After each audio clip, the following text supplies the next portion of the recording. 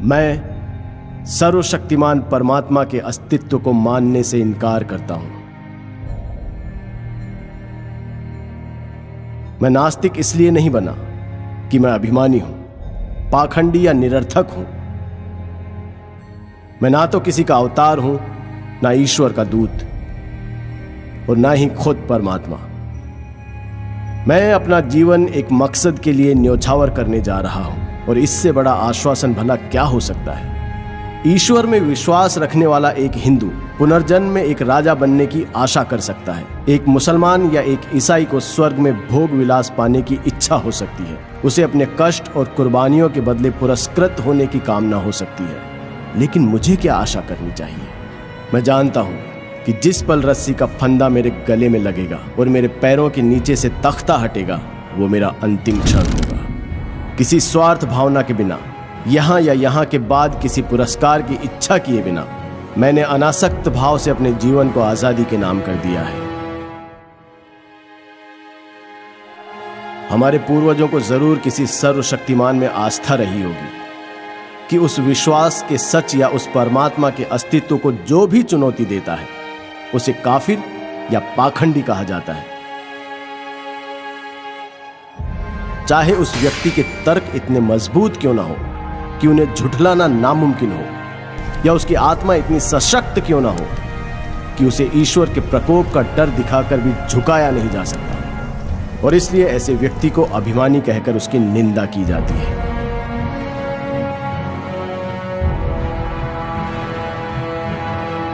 मैं घमंड की वजह से नास्तिक नहीं बना।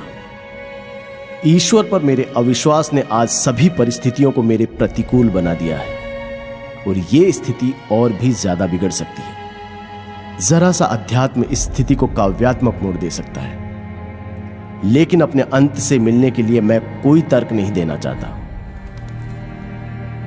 मैं यथार्थवादी व्यक्ति हूं। अपने व्यवहार पर मैं सिर्फ तर्कशील होकर विजय पाना चाहता हूं। भले ही मैं हमेशा इन कोशिशों में कामयाब नहीं रहा हूं, लेकिन यह मनुष्य का कर्तव्य है कि वो कोशिश करता रहे, क्योंकि सफलता तो संयोग और हालात पर ही निर्भर करती है। आगे बढ़ते रहने वाले प्रत्येक व्यक्ति के लिए जरूरी है कि वो पुरानी आस्था के सभी सिद्धांतों में दोष ढूंढे। उसे एक एक कर पुरानी मान्यताओं को चुनौती देनी चाहिए। उसे सभी बारीकियों को परखना और समझना चाहिए।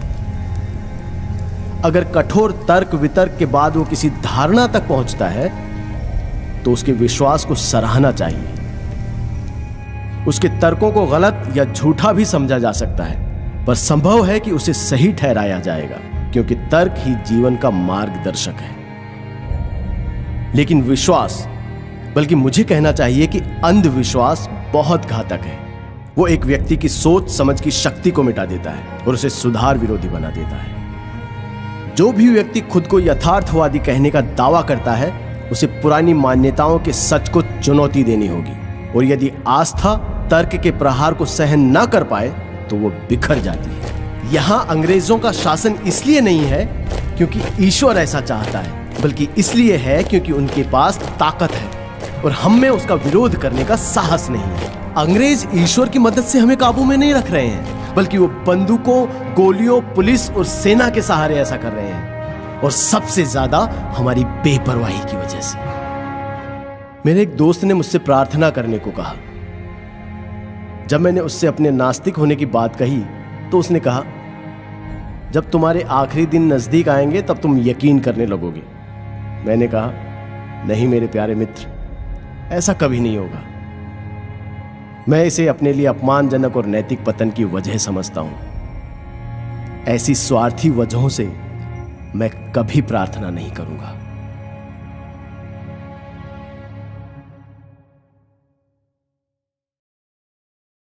It transcends the senses, but it is possible to reason out the existence of God to a limited extent. All his activities and movements were guided by slogans of truth and non-violence, to which nobody had any objections.